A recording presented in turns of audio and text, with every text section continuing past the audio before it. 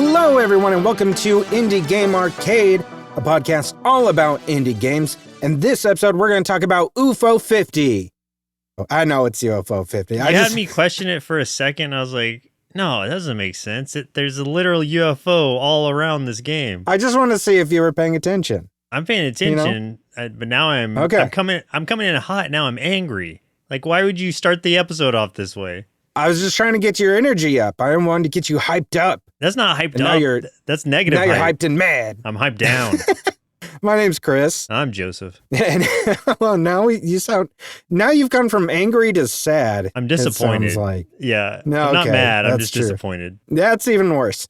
UFO 50 released on September 18th, 2024, developed by Mossmouth, published by Mossmouth. And when we say that, it's really kind of this is actually like a conglomeration of like several indie game creators that have done other games. This includes Derek Yu, John Perry, Eric Circa, Ojiro Fumoto, Paul Hubens, and Tyreek Plummer, creating things like Spelunky 2, Downwell was, I think, Ojiro Fumoto. But what UFO 50 is, a collection of 50 single and multiplayer games that span a variety of genres from platformers and shoot-'em-ups to puzzle games, roguelites, and RPGs. This thing was in development for like 8 years. Like that's, yeah. It's interesting because I hadn't really been following it. I feel like I had heard about it before, obviously, because I do kind of keep track of what indie games are coming out, but it fell off my radar after a while. I just assumed it wasn't coming out. And then it's like all of a sudden it just came back up in the zeitgeist, and I was like, oh, okay, cool. Like this is actually coming out because it was announced in 2017. They had started developing it then, and obviously got stretched out to 2024, apparently due to the challenges of making 50 games. They had underestimated how long it takes to, one, make 50 games, and two, who would have thought? They were simultaneously developing Spelunky 2 at the same time. So that obviously took priority, and so I guess they got back to this after that, but they were thinking like it was going to come out in 2018. They were like, all right, we're announcing this 2017, it's just going to be these smaller games, we can do it in 1 year.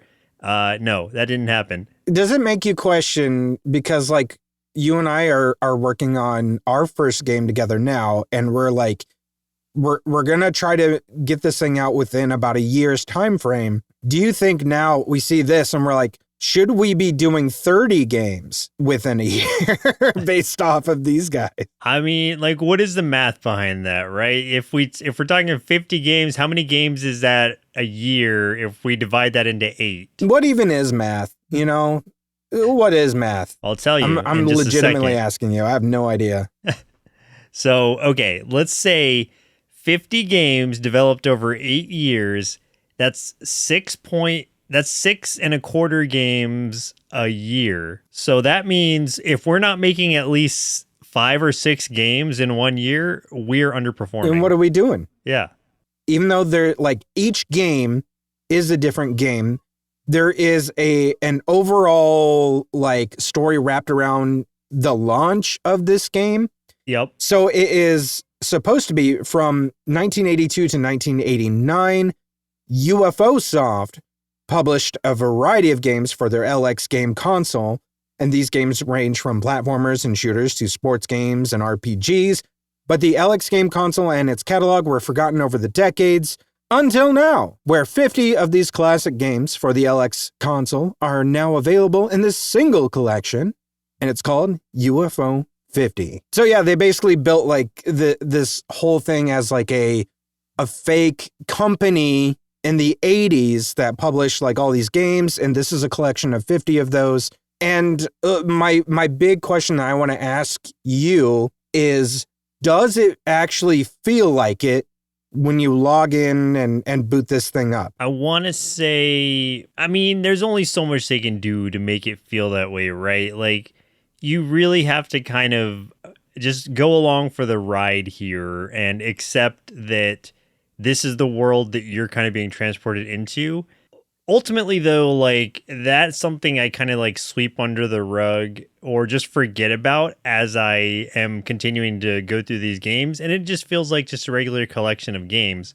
they do a good job of like making the title or the startup screen of every single game be UFO Soft, which is a fake company, obviously. This is what you're talking about. Yeah. And then giving you the year of it. And then the games do feel very retro in that a lot of the limitations games just had then, that they try to bring some of that in without doing so much that it detracts from the actual gameplay. A lot of that comes in the form of controls. Like the controls are very limited in this game. It's different from game to game, but really you're just looking at about 2 buttons and the control pad. If you can use the joystick, but it's like it doesn't feel right using the joystick for the most part. And the games themselves are all designed with like 8-bit 8-bit aesthetic, a retro style. Yeah. I think they did a really good job of it. Like there are times that I'm playing it, and especially when you have like the sound effects and stuff too, and the music and everything, there are times I'm just like, forget for a second. I'm like, oh yeah, I'm not playing an actual game from the 80s. It does kind of feel like that sometimes. So I think their idea was achieved, really. Do you think it would have helped if they had some kind of like, I guess, a virtual aspect to it? Like that one, I think it was a Sega Genesis collection that we played. Oh, yeah. Where you actually like step out and you're in the room and you're putting the game into the console. Do you think seeing like a visual of us putting a game into that fake LX console would have helped that along, or do you think that would have detracted from it? I think I'm sort of could go either way. I think it's fine the way it is, but I like that idea that you've got of being able to virtually, physically pick up like a cartridge and put it in. Yeah. Especially if there's like a little mini game where you got to blow into the cartridge first. Like it doesn't work the first time you try it. And then yes, of course. You got to blow in it just right. That's a game in and of itself. Yeah. Yeah. I would love that. I'm going to write that down. That's one of our new games, Cartridge Blow. Cartridge Blow, yeah. It reminds me a little bit of the Commodore 64, I guess. Like, I think it's a little bit more advanced than like NES, but it's less advanced than Super Nintendo. So I feel like it's kind of that right there in between with the Commodore 64 type graphics, or even the look of the thing, since that's a computer, basically. Yeah, I 100% agree with that. It's almost impossible. It is impossible for us to talk about everything within this game. No. Collection of games. I did not beat any of them, but I did play all of them. I played all of them. I beat 3 of them, and I got pretty far in a lot of them. So you and I both picked 5 games that we really connected with. And what's interesting too is I was almost expecting us to have a little bit of overlap, and we didn't at all. We both picked 5 completely different games.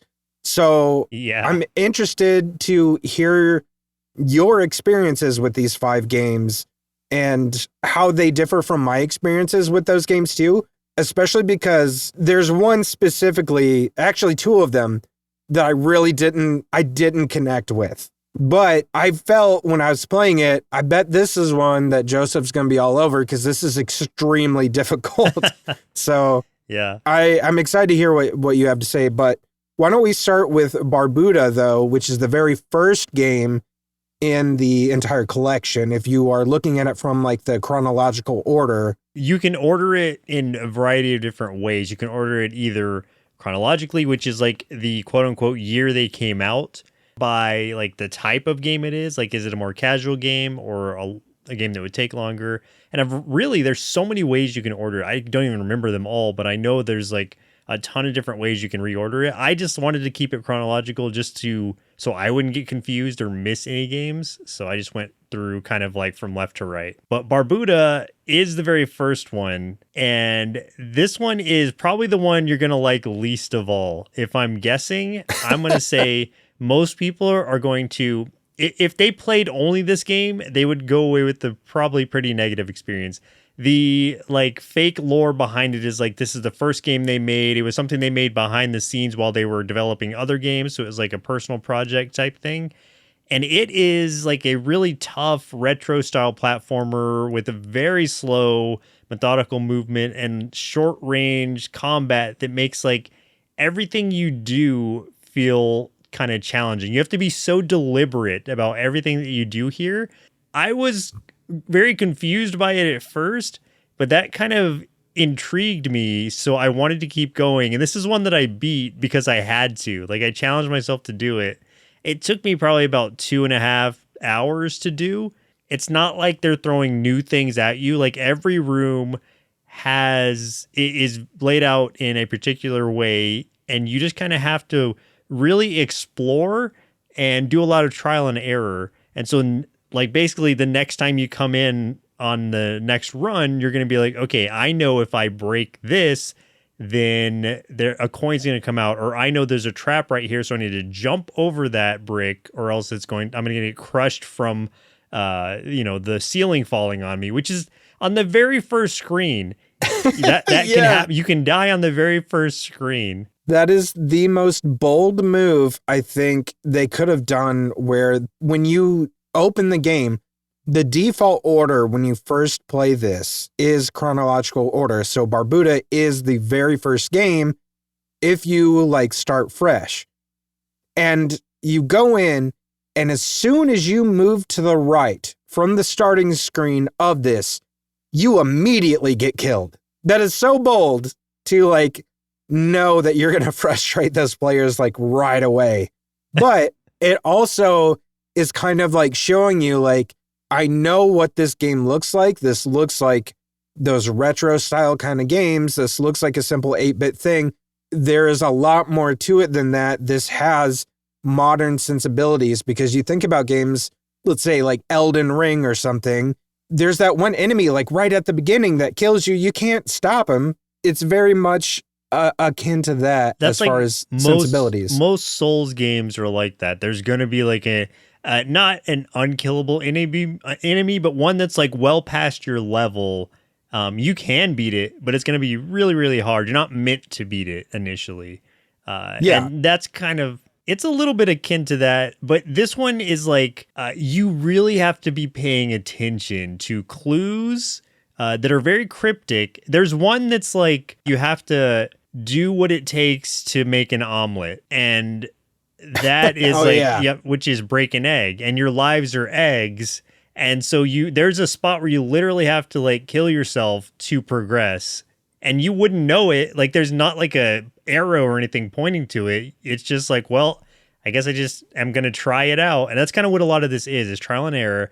There's an invisible ladder in there somewhere that is the only way you know about it is because if you're traveling, from top to bottom, you'll see an area that has a ladder leading up to it in a room that's above the one that you'll eventually go into. And then so you have to kind of recall like, oh yeah, wasn't there a room above this one? And then just kind of look around until you like find this hidden ladder. You have to worship this bat god, and there's nothing that tells you to do that, but there's a pedestal, there's a bat symbol somewhere, and there's not like a button that says like press to pray or press to worship or anything. It's just like you have to just stand on this pedestal for like, I don't know, 5 seconds, and then it'll just happen. But there's no kind of like cue for it. And that's what's like, I find so intriguing about it.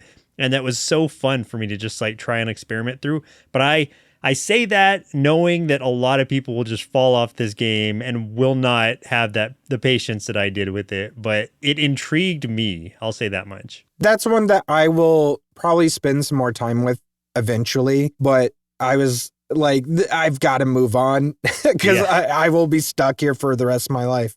One of the games that I really enjoyed and kind of surprised me, because when I first started playing it, I did not understand it and I didn't understand what was happening, which is honestly was my experience with the majority of these games, because a lot of them don't give you the controls or anything when you start. So a lot of this, you're kind of having to figure out what you need to do on your own, which is, a little bit of the experience from games back then.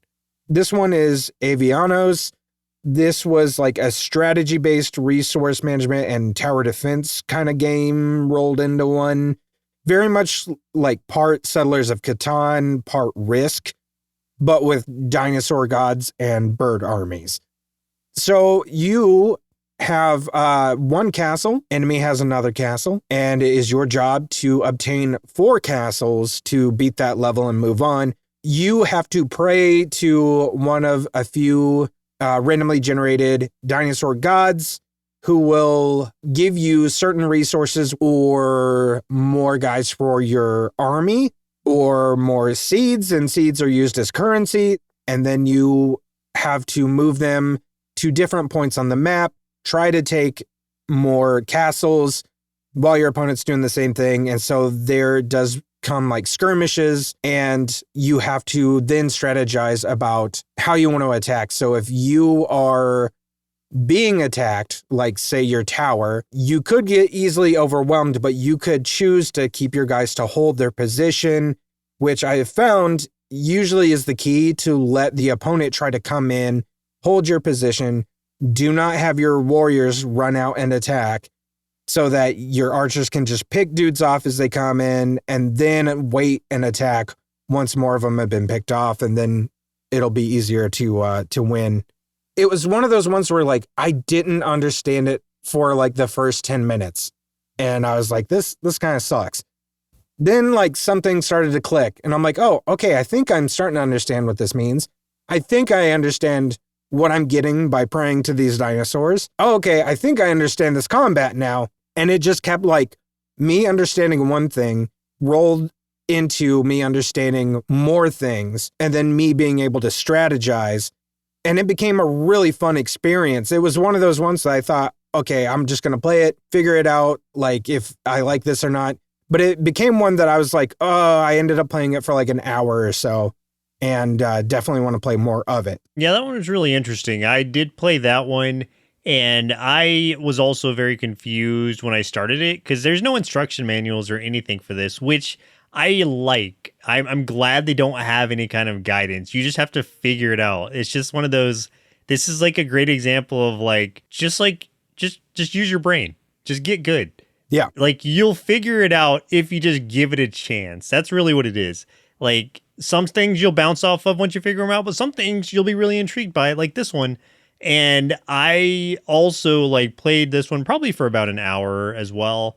And it was very interesting. I beat the first level of it or whatever, and then I just like stopped. So if I continued it, I'd probably be on level 2 or whatever. I don't know. Definitely pray to the T-Rex god because he was the one who really bolstered my army quick. He's the best. I prayed to him so much, and I pray to him now in my daily life as well.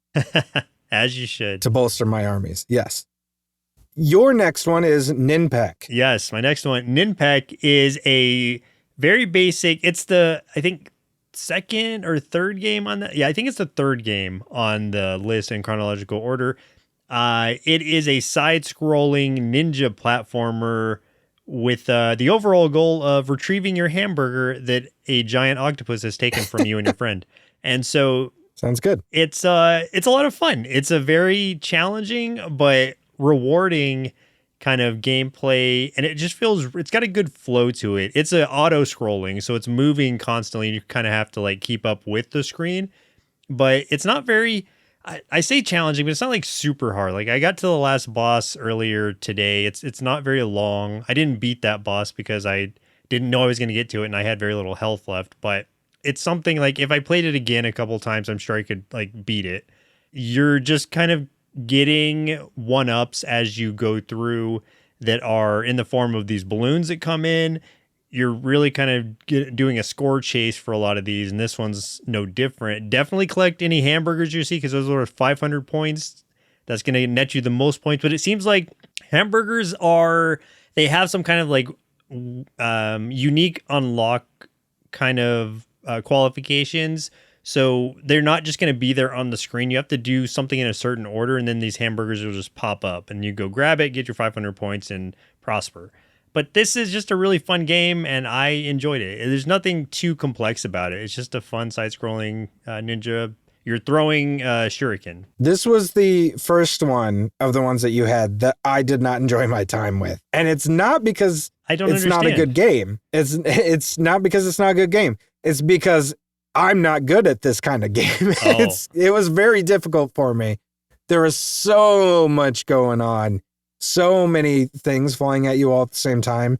And if we know anything about me, I am a panic joystick kind of dude. I see anything and I can't just carve out a path and follow that path. I'm like, ah, and then I, move too far to one side or something. So I constantly run into stuff. I was a ghost every 2 seconds.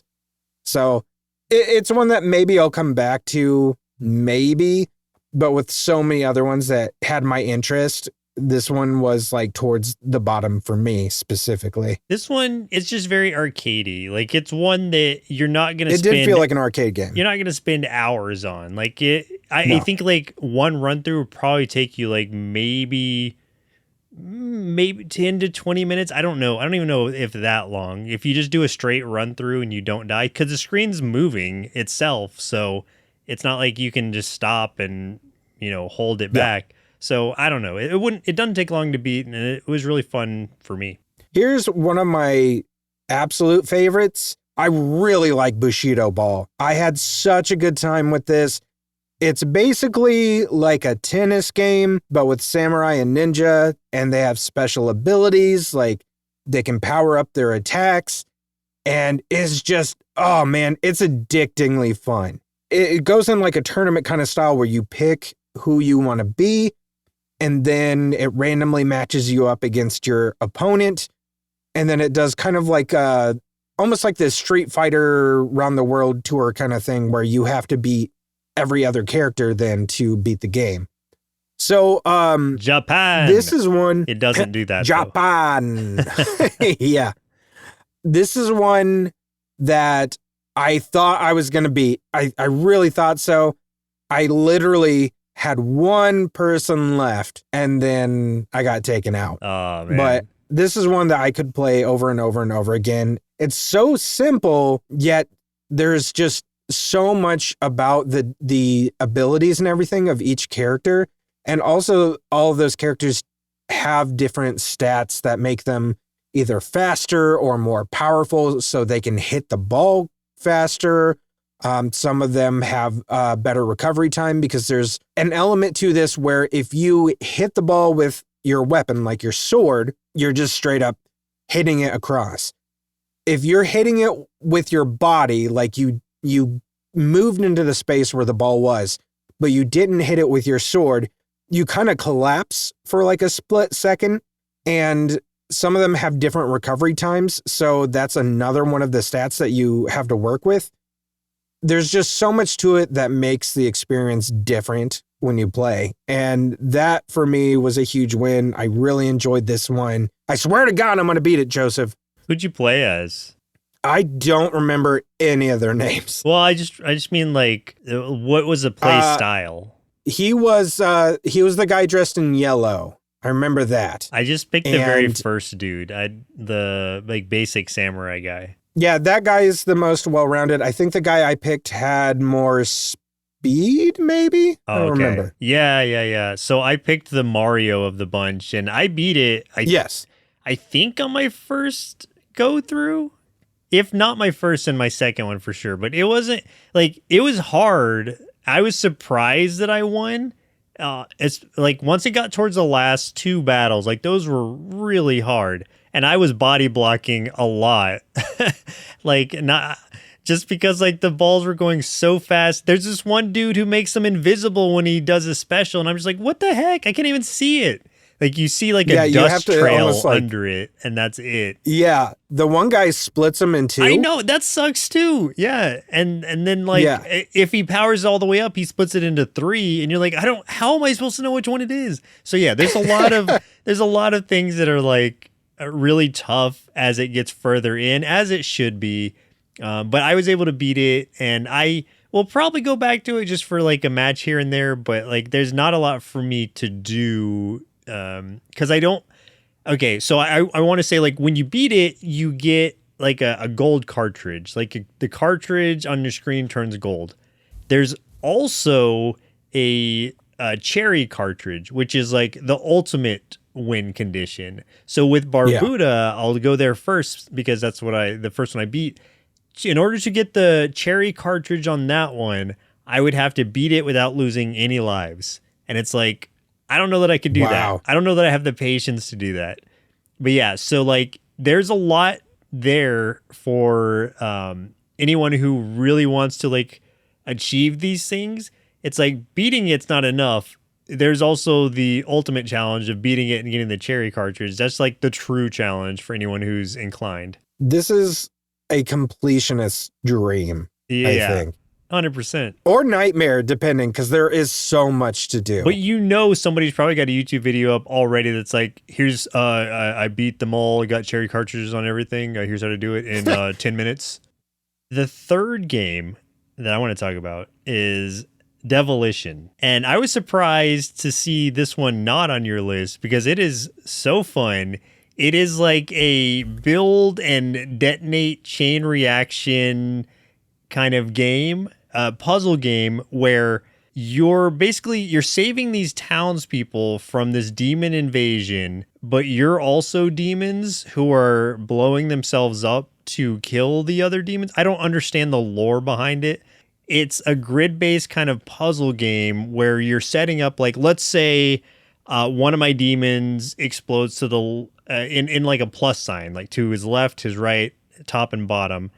I need to put another demon in one of those explosive spots so that too will trigger him to explode, and so on and so forth, until you are kind of making all of your demons blow up in such a way that also kills the other demons or catches the other demons, the red demons that are the enemies, and obviously avoiding the townspeople. And I had so much satisfaction like getting through this game. I only got up to like level 8 out of 10, but it still felt really good getting those like clean runs where I would knock out all the demons and kill no peasants, because then you get an extra peasant on your side and you don't have to kill all the demons. As long as you have less demons than you have peasants, like you'll win the round.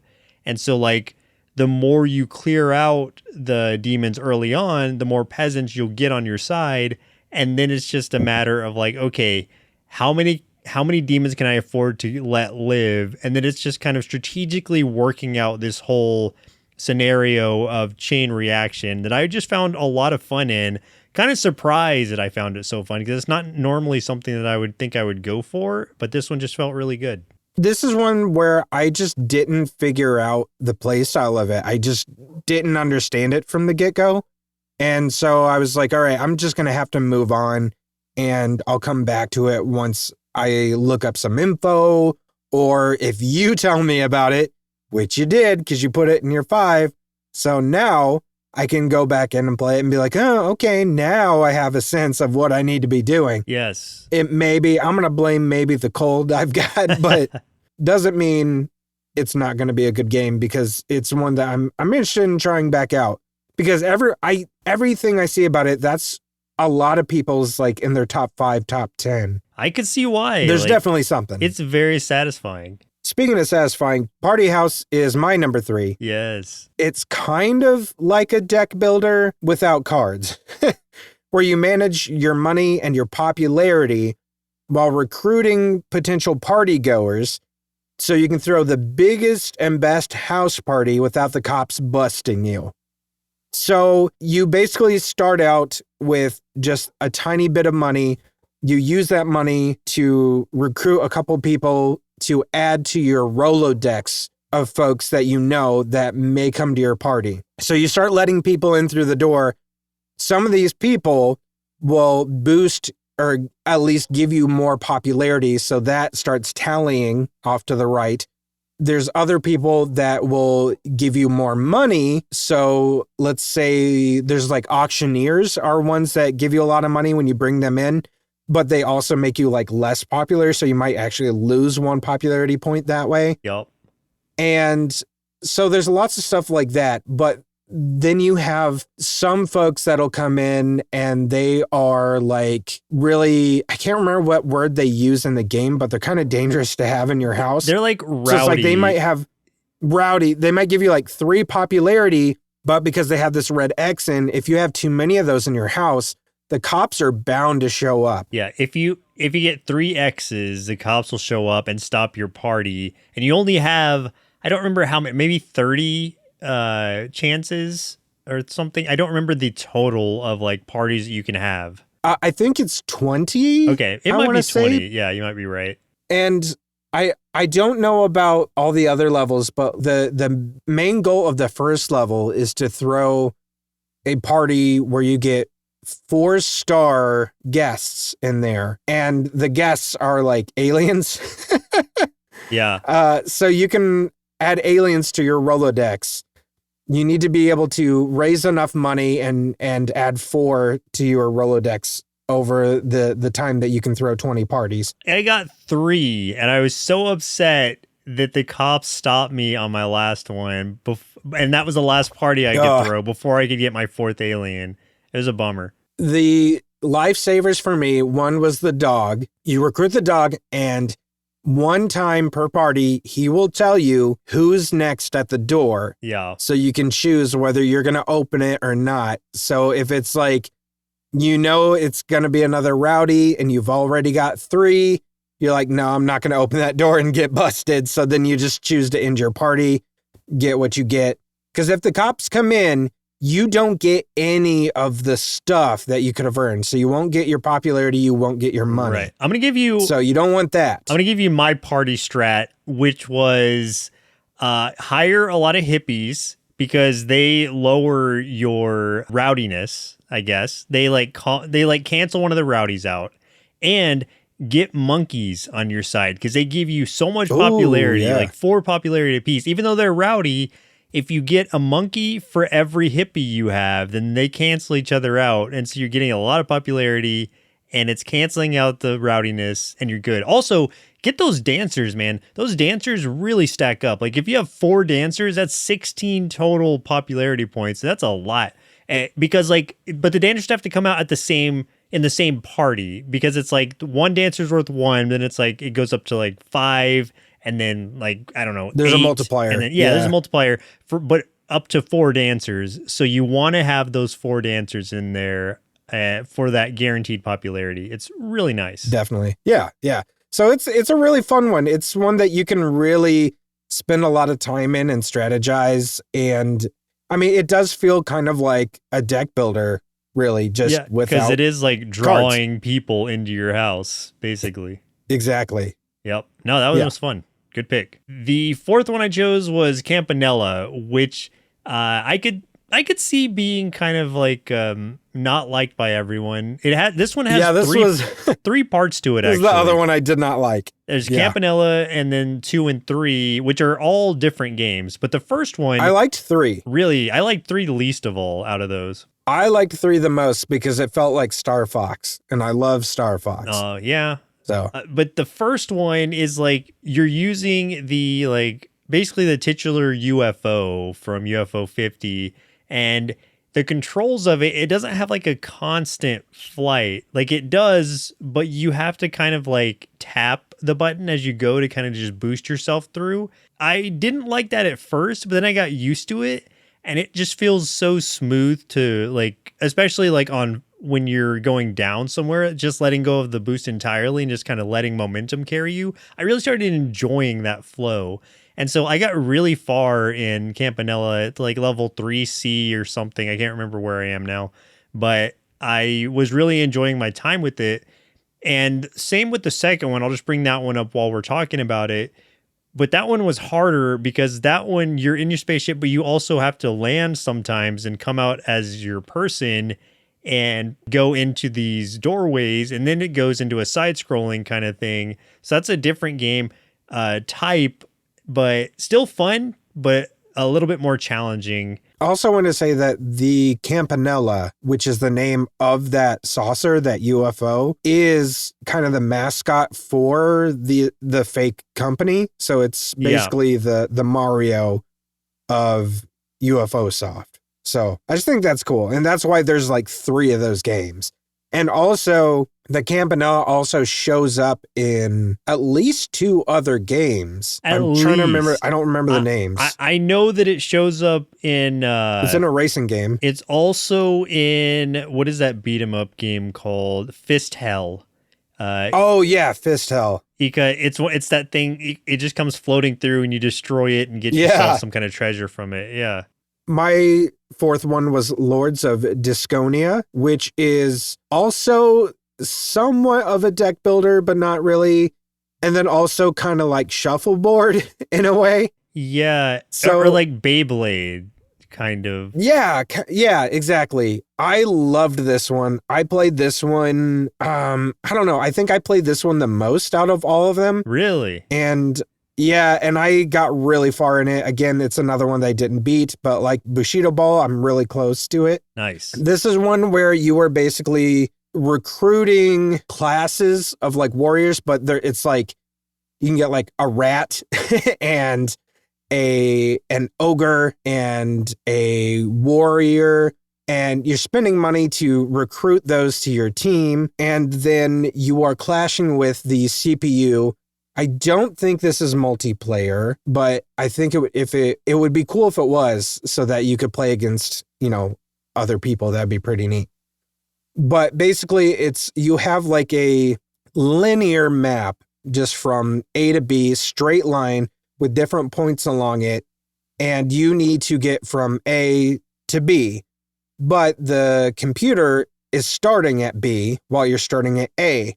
So eventually you're gonna, fight somewhere in the middle until you eventually push the computer all the way back to point B, defeat them at point B. That's when you win the level.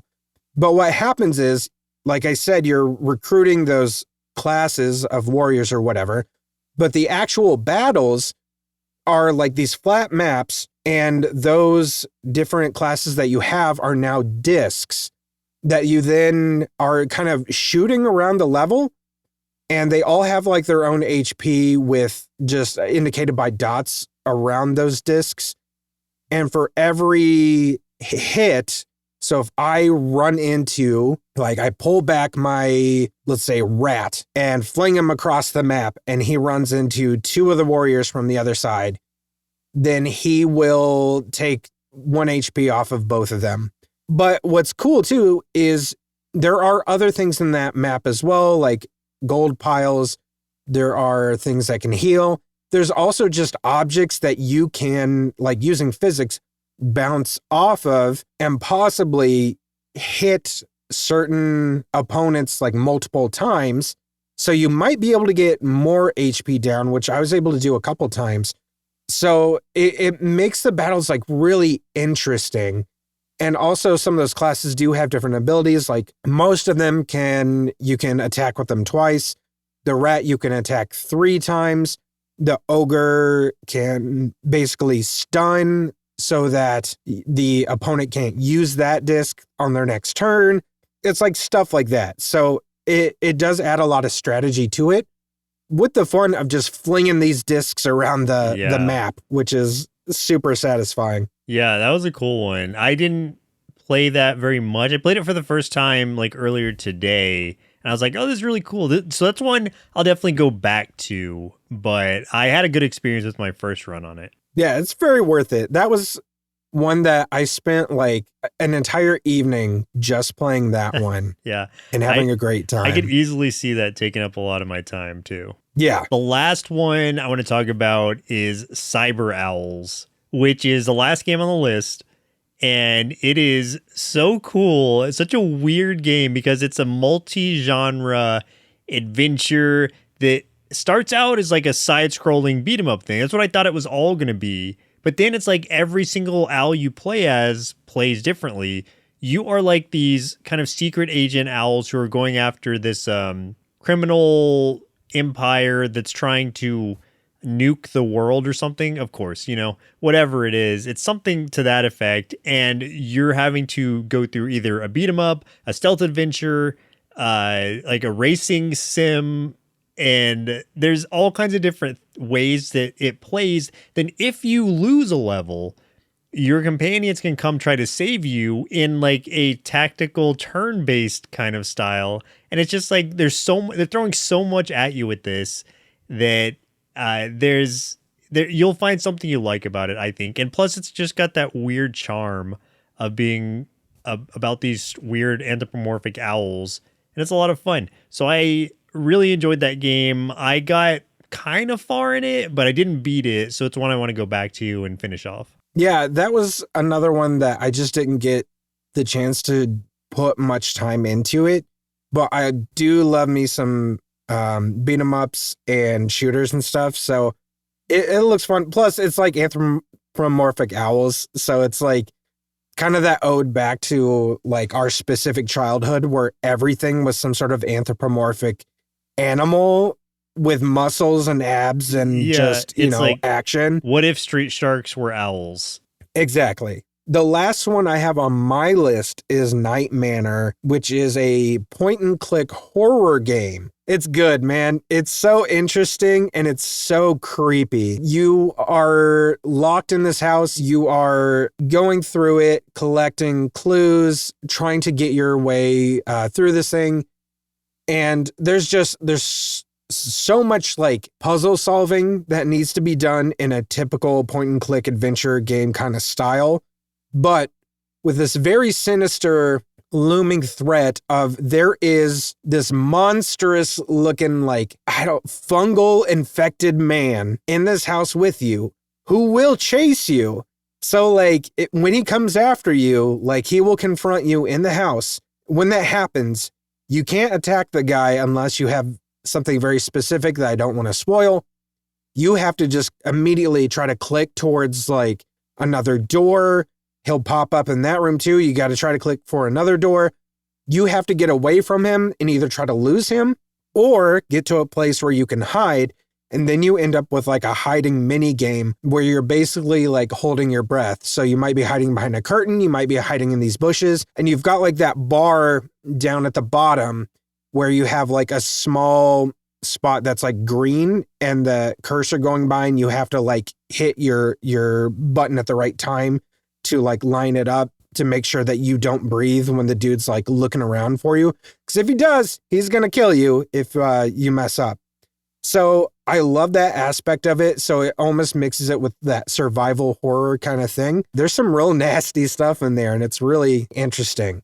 Also, when you are confronted by this thing, you as a character become physically scared. So the mouse cursor, which you're moving around to, click on items or click on the doors to try to get away, is shaking.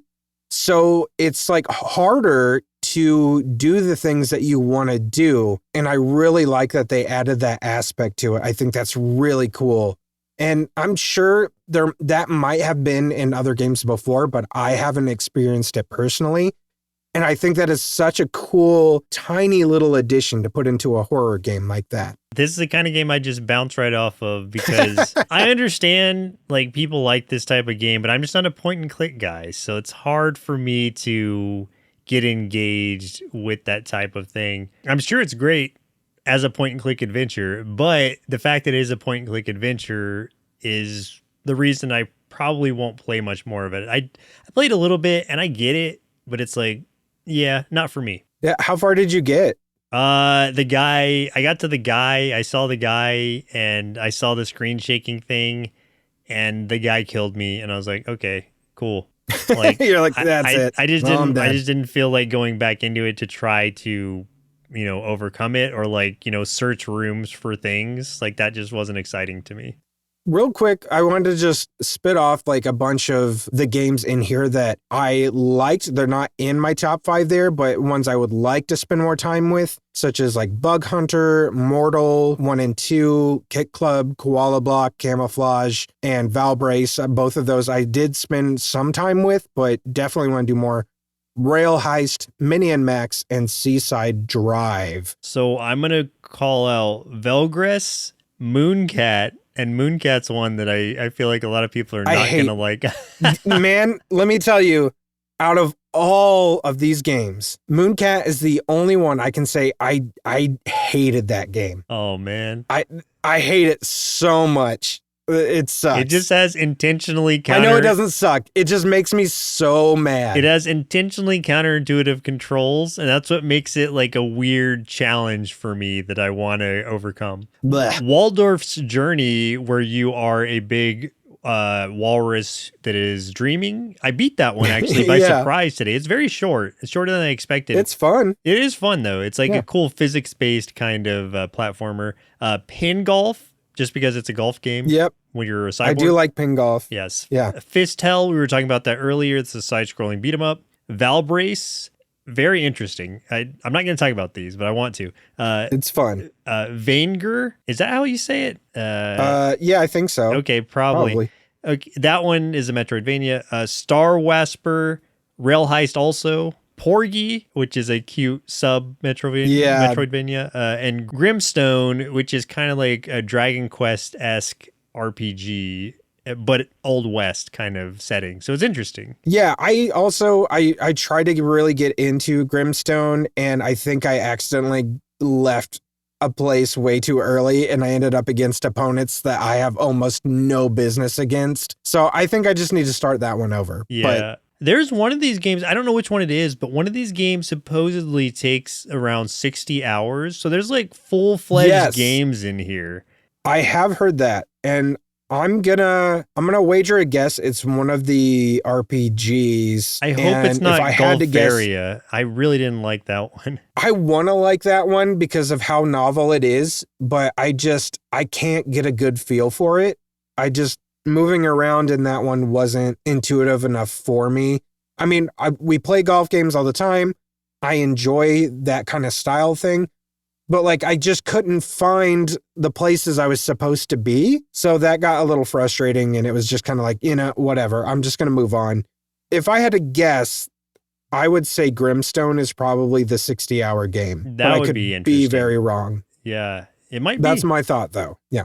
We were going to talk about ones we didn't really connect with. I've already listed all of mine. I think the only ones on your list that you haven't really talked about is you didn't connect with Bug Hunter or Onion Delivery. Yeah, just real quick on those. Bug Hunter, I just didn't find it fun. I know it's like a cool like grid-based strategy thing, but I just wasn't liking the flow of combat with that, so I fell off it pretty quick. And then Onion Delivery, that one seems like it would be fun, where you're just driving around like literally like delivering onions. But the driving in that is so weird. It just I never felt comfortable with the driving controls. And so I was like, I'm just not having fun with this. So maybe if I got used to it, it would be different. And I'm not saying it's a bad game. I just didn't like the way that the driving controls worked. So that's going to wrap it up for UFO 50, not pronounced UFO or UFO 50. No. We can easily say this is one everyone should probably check out, because you will absolutely find something for you here. And I think what's interesting too is, one, not only will you find stuff that you will like, it will also really, I think, point out or make just really painfully obvious the genres that you are pulled to the most. Because I can see that in our like top fives that me and you both listed, I can really, really see you drifting towards the ones that are the most difficult, and me drifting towards the ones that are way more relaxed. And I think that that's just really interesting. So I think that it's an amazing experiment and piece of art that must be preserved. So go buy it, preserve it for the world. You will have fun with it. It might not be the same fun we had. We had different fun even. So it's like you'll find different funs. You'll find your own funs. Yeah, and tell us about your funs. I would love to know. Please do. Unless it's about Onion Delivery or Golfaria. Yes. And then it's like, keep it to yourself. I'm going to hazard a guess that you didn't play any other indie games this week. I didn't, aside from more Dice Folk, because I'm 2 away from finishing the trials. There were so many. There were like 11 or 12 of them, but I'm almost done. I did pick up Isle of Swaps, which I want to dive into. That one is like a Pokemon card game kind of roguelike. And so I was very intrigued by that. Yes, I know exactly what you're talking about now. Yeah. 3D-ish, but like very vibrant colors and stuff like that. Yeah. And then also Ravenswatch I picked up because it came out of early access. And that one is a like top-down roguelike that by the same studio that did Curse of the Dead Gods, which I really liked. You are taking on different heroes based on like different folklore, like Little Red Riding Hood, Beowulf, fighting against like nightmare creatures. And so I like That sounds awesome. the style of it and the gameplay. So I really want to jump into that one. And then also still Wild Bastards. I've installed it. I've gotten that far, but I just haven't played it yet. Now that we're done with this, Yeah, sorry, I had to play maybe you'll 50 be able to games play it. this week. Yes, I think so. I was playing Bad North for a little bit, which is a game I've had on my Steam Deck for freaking ever and just never played. But it's a Viking-themed real-time tactical roguelike. You sail to different islands. You build up different groups of warriors, or you can make them either like bowmen or skirmishers and spend money to upgrade them or give them special abilities. And then what the main purpose is fighting off waves of enemies as their boats sail up to the shore where your guys are stationed. So that happens, you defend that island, and then you move on to the next island, and there's like a whole bunch of stuff for you to discover along the way. Lots of upgrades, lots of opportunities to recruit more folks. It's really enjoyable so far. I'm really, really digging it, and it's real simple graphics, just really fun. It's kind of like a strategy game that I can play while something's like on TV or something. So yeah, it's a nice one just to hang out on the couch with. Cool. Anything else upcoming? Wizards of Legend 2 just released in early access this week, so I might try that one out because I really like the first one. I've heard kind of mixed feelings about the early access on this one, so I don't know if it's one that I'll wait until the actual release or dive in now. But that one's out. Streets of Rogue 2. I know I mentioned this a couple episodes ago, but that one's coming out at the end of October or towards the end of it. And that one I'm really looking forward to. There were 2 horror games that I was kind of excited for, especially because it is the spooky season. And I was like, oh man, yeah, I'm going to mention some horror games. I'm really excited for it. And they came out and the reviews are real bad for both of them. Yeah. And I was like, oh no. So I don't want to mention them. And I'm just really bummed out that that we're not really getting any good horror games right now. So instead, what I'm going to do is I'm going to mention for the next few weeks, I'm going to mention a couple horror games, indie titles that I've played in the past that I think other people should try out if they haven't tried it out already. 2 for this week. Amberskull is the first one. It's a survival horror anthology with like 4 to 5 scenarios. Joseph, you and I played that together a long time ago. We did 2 of them together, I think. I do remember what you're talking about now. Yeah. My favorite one was the Yeti. That one was scared the bejesus out of us the first time that Yeti shows up, man. Yeah, that was in that snow level, right? Yes. Oh man, yes, yeah, absolutely. I remember that. That one was cool because you're putting those VHSs in and everything. If that's the one I'm thinking of. Yep. Yeah. That is it. Amberskull, that's a really good one. Easy to find on Steam. Really worth it. Plus, I mean, it's an anthology. You get multiple games in one.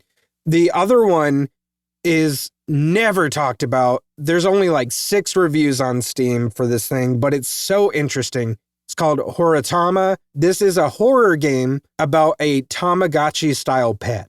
Oh. And it is so interesting and so weird in like a UFO 50 kind of way. It's just, you have this Tamagotchi pet and you got to do certain things for this Tamagotchi pet, or this little thing, which is called a Horatama, might not be too pleased with you and might do something if you don't satisfy what it needs. The demands and everything that happens just get increasingly harder and harder and harder the further you go.